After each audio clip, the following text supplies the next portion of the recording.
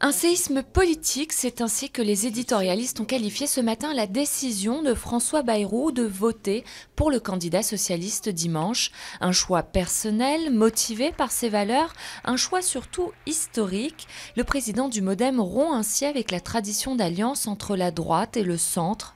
De quoi surprendre l'UMP, dont les ténors regrettent cette décision. Pour François Hollande, ce choix honore celui qui le fait.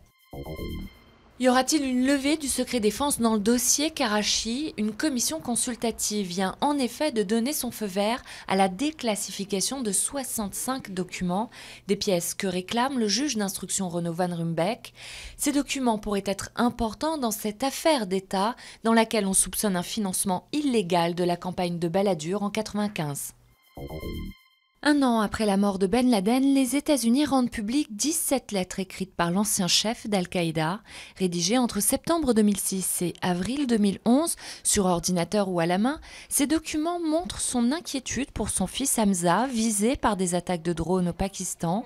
L'ancien chef s'inquiète également de l'image de son organisation, regrettant les victimes civiles inutiles.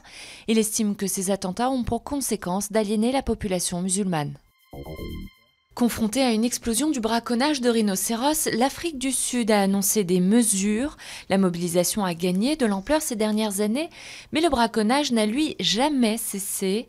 En 2011, près de 450 rhinocéros ont été abattus, un chiffre qui pourrait encore augmenter cette année.